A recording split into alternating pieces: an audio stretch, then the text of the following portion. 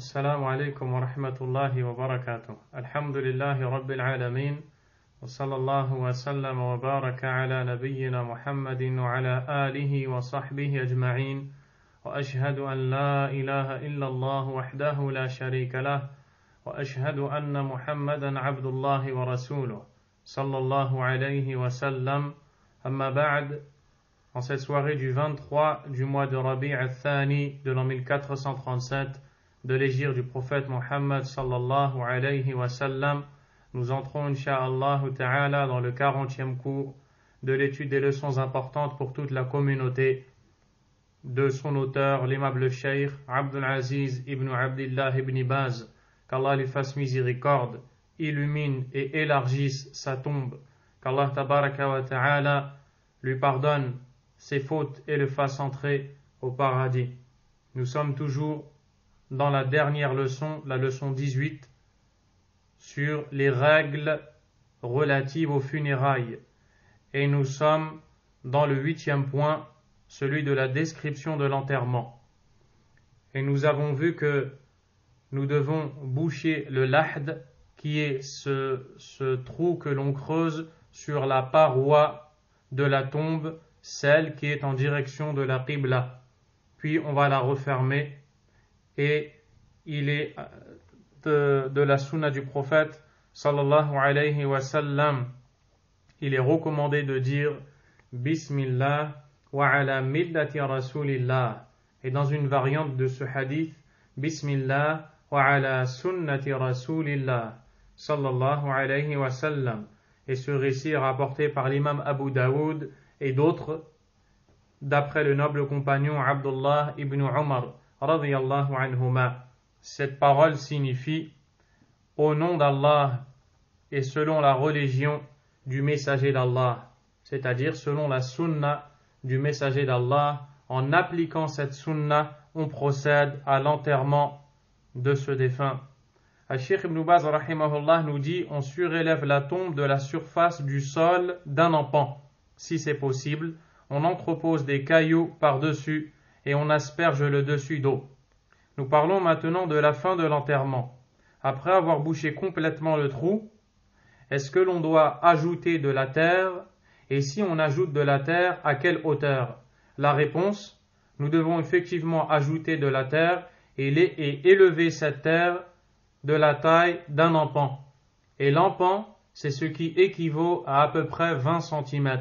C'est la distance qui sépare l'extrémité du pouce de l'extrémité de l'auriculaire, le petit doigt, quand ces deux doigts sont écartés, c'est-à-dire qu'il faut lever la terre afin que les gens puissent remarquer que c'est une tombe et la distinguer de toute autre chose. Et cette hauteur doit être équivalente à peu près une vingtaine de centimètres. On doit donc laisser une bosse sur la tombe du défunt, comme le prophète le faisait, sallallahu alayhi wa sallam. Ensuite, le Cheikh Ibn Baz rahimahullah nous dit que si l'on peut, on entrepose quelques cailloux par-dessus et on asperge cela d'eau.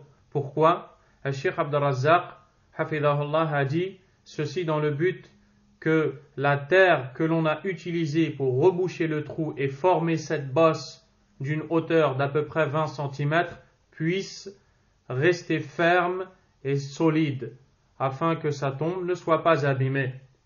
Ceci car dans le hadith de Anas ibn Malik radiyallahu anhu, ce noble compagnon nous dit Anna Rasulallah sallallahu alayhi wa sallam a'lama qabra Uthman ibn Mad'un bi sakhra, que le prophète sallallahu alayhi wa sallam a laissé comme signe de la tombe de son compagnon Uthman ibn Mad'un radiyallahu anhu une pierre ou alors un morceau de rocher.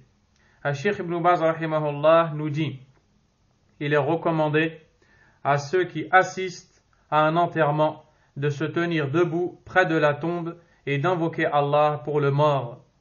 En effet, le prophète sallallahu alayhi wa sallam, à la fin de l'enterrement du musulman, se tenait debout devant sa tombe et disait: Istaghfiru li akhikum was'alu lahu at-tathbit fa innahu al-ana yus'al. priez pour l'absolution des péchés de votre frère et demandez à Allah de le raffermir, car il est en ce moment en train d'être questionné. Ce moment dont nous parlons est la fin de l'enterrement.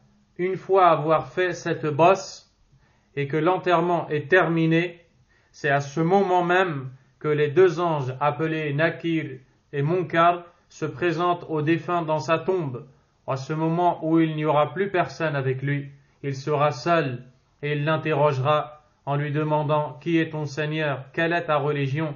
Et que dis-tu de cet homme qui vous a été envoyé ?» Le croyant sera raffermi par Allah, tabaraka wa ta'ala. Allah lui donnera son assistance et il dira « Mon Seigneur est Allah, ma religion est l'islam. » Et cet homme, c'est Mohammed, le messager d'Allah, sallallahu alayhi wa sallam. J'ai lu le livre d'Allah et j'ai attesté qu'il était véridique. Alors que l'autre ne pourra pas répondre à cette question. C'est à ce moment même que le défunt a le plus besoin que l'on invoque Allah en sa faveur, subhanahu wa ta'ala. Et c'est le prophète qui nous l'a enseigné. Al-Sheikh Ibn Baz, donc, sallallahu alayhi wa sallam. Al-Sheikh Ibn Baz nous dit, question 9, l'autorisation de prier sur un mort déjà enterré, sur qui personne n'a prié. C'est-à-dire que lorsque le mort a été, donc ici la traduction n'est pas précise, c'est plutôt l'autorisation de prier sur un mort déjà enterré pour celui qui a raté la prière funéraire. Donc, celui qui n'a pas pu assister à la prière sur le défunt et qui arrive en retard, si bien qu'il trouve déjà la tombe faite et terminée, il lui est possible de prier malgré le fait que le mort et le défunt est enterré en se tenant debout près de sa tombe. Et cela est une sunna que le prophète a fait, sallallahu alayhi wa sallam.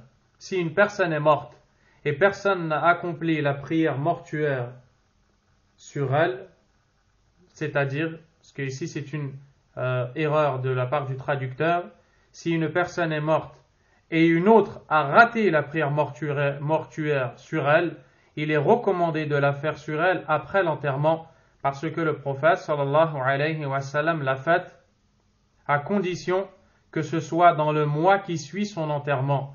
Si cette période est supérieure à un mois, on n'accomplit pas cette prière, car nous n'avons pas de preuve que le prophète sallallahu alayhi wa sallam a fait la prière mortuaire sur quelqu'un enterré plus d'un mois.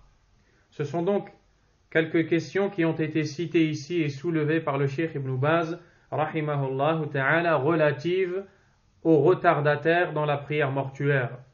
L'imam Muslim, rahimahullah, rapporte d'après Abu Huraira, radiyallahu anhu, qui nous dit أن امرأة سوداء كانت تقوم المسجد أو شابا ففقدها رسول الله صلى الله عليه وسلم فسأل عنها أو عنه فقالوا مات قال أفلا كنتم آذنتموني قال فكأنهم صغروا أمرها أو أمره فقال دلوني على قبرها فدلوه فصلى عليها ثم قال إن هذه القبور مملوءة ظلما على أهلها وإن الله عز وجل ينورها لهم بصلاتي عليهم.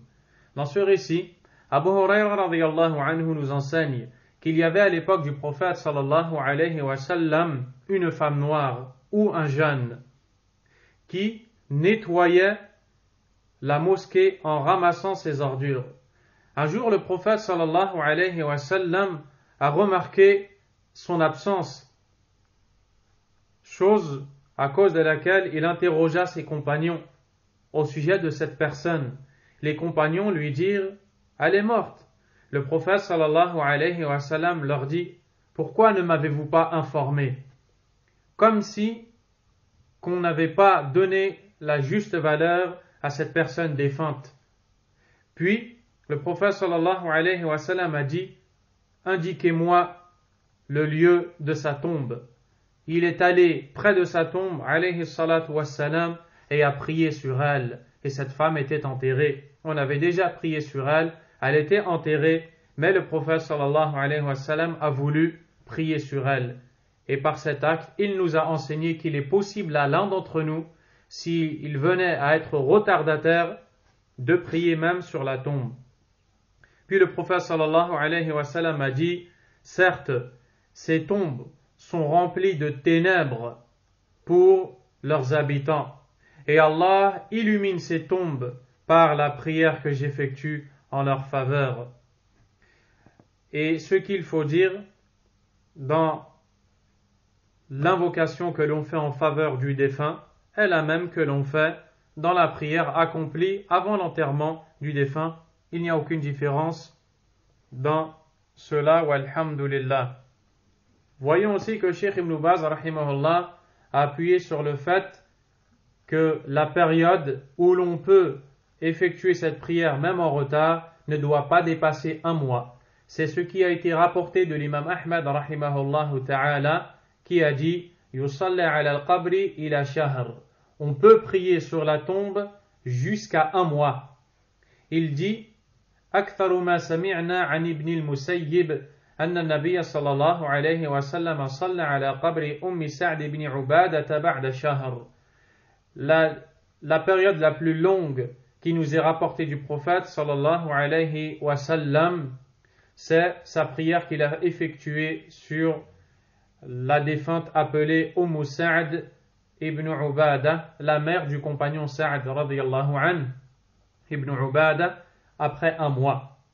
Et Ibn al-Qayyim rahimahullah ta'ala a cité aussi des paroles dans ce sens où il nous dit qu'il est arrivé dans la guidée du prophète sallallahu alayhi wa sallam d'avoir prié sur la personne défunte en se tenant debout sur sa tombe après une nuit, même après 3 nuits et d'autres fois après un mois. Et c'est pour cela que l'imam Ahmad rahimahullah a choisi que la période la plus longue doit être un mois. Quant à l'imam Ash-Shafi'i rahimahullah ta'ala, il a dit que la période que l'on doit respecter, c'est celle dont le corps a besoin pour se consumer, pour disparaître. Quant à l'imam Malik et l'imam Abu Hanifa, ils ont réprouvé cela. Ils ont dit qu'il ne faut pas prier sur la tombe. Mais comme le dit Cheikh Ibn Baz, rahimahullah ta'ala, nous pouvons prier jusqu'à un mois. Walhamdulillah. La 10e question, il n'est pas légiféré pour la famille du défunt de préparer le repas aux gens. Et c'est une question qui est très importante, puisque le domaine des funérailles est un des domaines dans la religion où il y a le plus d'innovation religieuse, malheureusement due au manque de connaissances, à l'ignorance, au manque de savoir et de clairvoyance de la plupart de ceux qui s'adonnent à ces actions pensant faire le bien, alors qu'en réalité, ces personnes ne font que mettre leur Seigneur en colère, subhanahu wa ta'ala. Il n'est pas légiféré que la famille du défunt prépare le repas aux gens, car le célèbre compagnon Jarir ibn Abdillah al-Bajali radiyallahu anhu a dit كنا نعد الاجتماع إلى أهل الميت وصنعة الطعام بعد الدفن من النياحة. C'est rapporté par l'imam Ahmad rahimahullah. Il dit, nous considérions au temps du prophète sallallahu alayhi wa sallam que les réunions dans la maison de la famille du défunt et la préparation du repas après l'enterrement font partie de la lamentation, c'est-à-dire le fait de s'opposer à ce qu'Allah a décidé, de se lamenter, d'outrepasser les limites dans la façon d'exprimer sa tristesse, chose qui est interdite par Allah subhanahu wa ta'ala. Al-Sheikh Ibn Baz nous dit, quant à la préparation du repas pour la famille du défunt et pour leur hôte, elle est autorisée. Et il est recommandé que les proches et les voisins du mort préparent le repas parce que lorsque le prophète sallallahu alayhi wa sallam fut informé de la mort du compagnon Ja'far ibn Abi Talib dans la région du Sham, il demanda à ses épouses de préparer un repas pour la famille de Ja'far. Puis il dit, sallallahu alayhi wa sallam, innahu atahum ma yushghiluhum. Ce qui leur est arrivé les préoccupe suffisamment. Cheikh Ibn Baz continue, nul grief à la famille du défunt s'ils veulent inviter leurs voisins ou d'autres personnes pour partager avec eux le repas qui leur a été offert. D'après la législation islamique, il n'existe pas de limite de temps à ces invitations. Plusieurs questions ont été soulevées par le Cheikh Ibn Baz, rahimahullah ta'ala. La première étant qu'il est interdit à la famille du défunt de réunir les gens dans leur maison, de faire à manger après la prière sur le mort et même après l'enterrement et aussi après quelques jours. Cette innovation qui est faite chez beaucoup de gens malheureusement. On trouve des personnes qui invitent, on trouve des familles de défunts qui invitent des gens chez eux et leur offrent des repas 40 jours après le décès. D'autres, chaque année, lorsque l'anniversaire du décès arrive, ils préparent des repas et invitent des gens en pensant faire le bien. Et beaucoup d'autres façons de faire qui sont toutes prohibées, interdites, car ces actes relèvent de l'innovation. Et le prophète Mohammed sallallahu alayhi wa sallam a dit « Man amila amalan laysa alayhi amruna fahuwa radd » Quiconque fait un acte qui ne relève pas de notre ordre, il se verra rejeté. Et le compagnon Jarir radiyallahu anhu nous dit que lui et les compagnons du prophète sallallahu alayhi wa sallam considéraient cette façon d'agir comme la lamentation. Et la lamentation, sachez-le, est un péché majeur, un péché gravissime chez Allah subhanahu wa ta'ala. Le Cheikh Ibn Baz rahimahullah a dit, comme on le retrouve dans son recueil de Fatawa, et ceci a été relaté par le Cheikh Abd al-Razzaq dans son commentaire, hafidahullah, Cheikh Ibn Baz rahimahullah dit, quant au fait de cuisiner, d'offrir des repas, et que cela vienne de la famille du défunt, peu importe d'où l'argent vient, ceci est interdit, car ça contredit la sunna, et c'est en conformité avec les actes de l'époque anté-islamique, al-jahiliya, les ignorants d'avant la venue du prophète sallallahu alayhi wa sallam. Également, les gens touchés par la tristesse de la séparation de leur être proche vont se fatiguer davantage et faire grandir leur malheur alors qu'ils sont déjà préoccupés. Et le prophète sallallahu alayhi wa sallam n'a ordonné à aucun de ses compagnons, ni les pieux prédécesseurs, d'agir ainsi. Ainsi, c'est formellement interdit, que ce soit tout de suite après la mort, ou alors une semaine, 40 jours, un an, peu importe, tout ceci est une innovation qu'il faut condamner, et ce n'est pas accepté par Allah, c'est tout au contraire une ressemblance avec les gens de l'époque anté-islamique. Wal'iyadhu billah. Ensuite, il a cité la parole de Ja'far, la parole de Jarir, radiyallahu anhu, Jarir ibn Abdullah, et Cheikh Ibn Baz a aussi cité, rahimahullah ta'ala, l'histoire du décès du compagnon Ja'far ibn Abi Talib, qui a connu la mort dans la région du Sham. Il a connu la mort dans la région du Sham et le prophète sallallahu alayhi wa sallam a ordonné à des gens de cuisiner pour eux. Donc, si quelqu'un perd un proche et le voisin souhaite cuisiner pour ce quelqu'un, ceci est une sunna, c'est légiféré et c'est bon d'agir ainsi.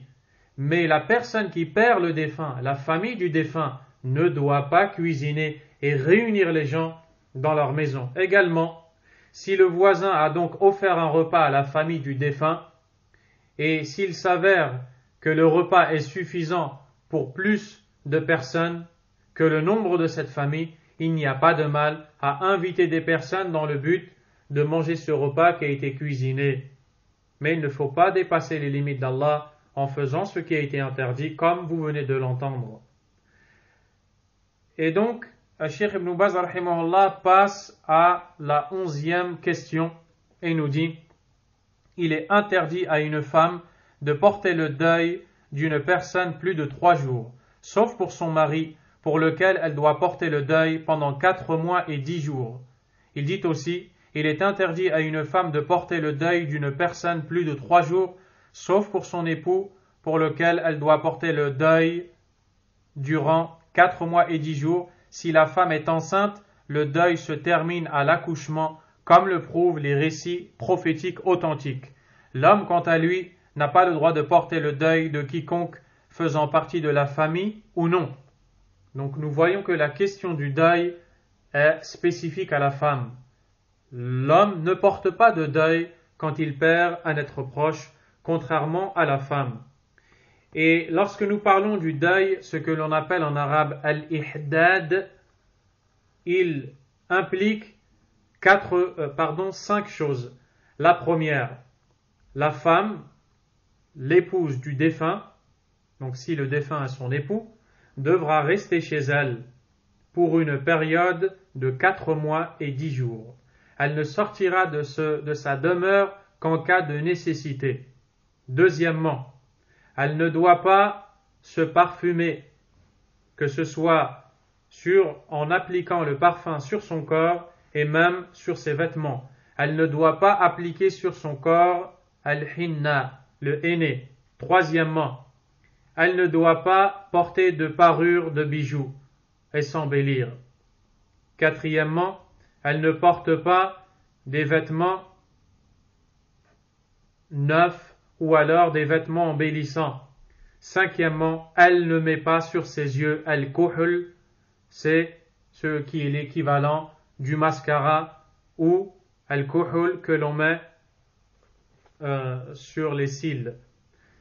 Il est rapporté par l'imam al-Bukhari rahimahullah ta'ala d'après Atiyya radiyallahu anha que selon le prophète sallallahu alayhi wa sallam, elle dit kunna nunha an nuhidda ala mayyitin fawqa thalath illa ala zawjin arba'ata ashhurin wa ashra.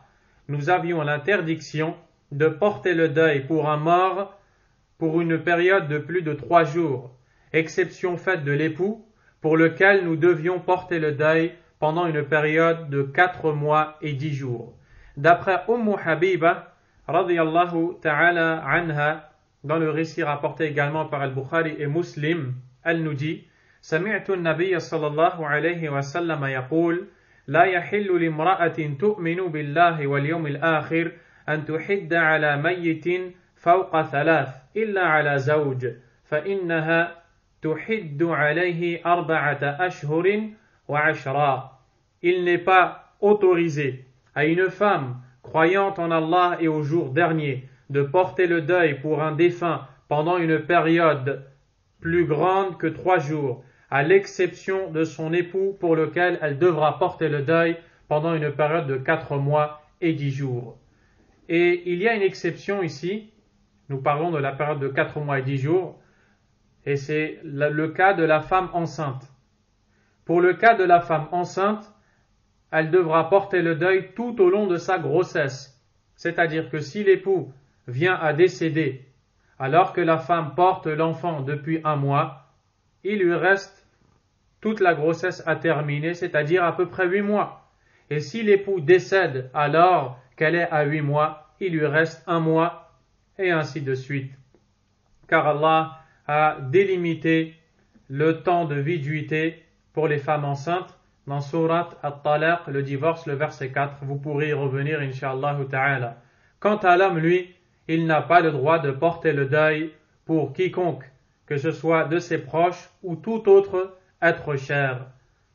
Ibn al-Qayyim rahimahullah ta'ala a cité quelques sagesses pour lesquelles a été prescrite la période de deuil pour la femme. Il dit rahimahullah ta'ala que la femme, à la base, lorsqu'elle s'embellit, elle le fait pour son époux. Son époux étant décédé et elle étant en période de viduité, elle ne s'embellira pas, car cette période n'est pas terminée. Elle doit donc attendre que cette période termine pour pouvoir à nouveau s'embellir et donc être redemandée en mariage si toutefois elle le souhaite, et d'autres choses encore. Et ici, nous devons nous soumettre au texte du Coran et de la Sunna du prophète Muhammad sallallahu alayhi wa sallam et ne pas s'opposer à ce qui est prescrit par Allah, car ce qui est prescrit par Allah subhanahu wa ta'ala renferme la sagesse, et celui qui se soumet n'aura comme récompense que le paradis, la satisfaction d'Allah subhanahu wa ta'ala. Wallahu a'lam wa sallallahu wa sallam wa baraka ala nabiyyina Muhammad wa ala alihi wa ashabihi ajma'in. Subhanaka Allahumma wa bihamdik.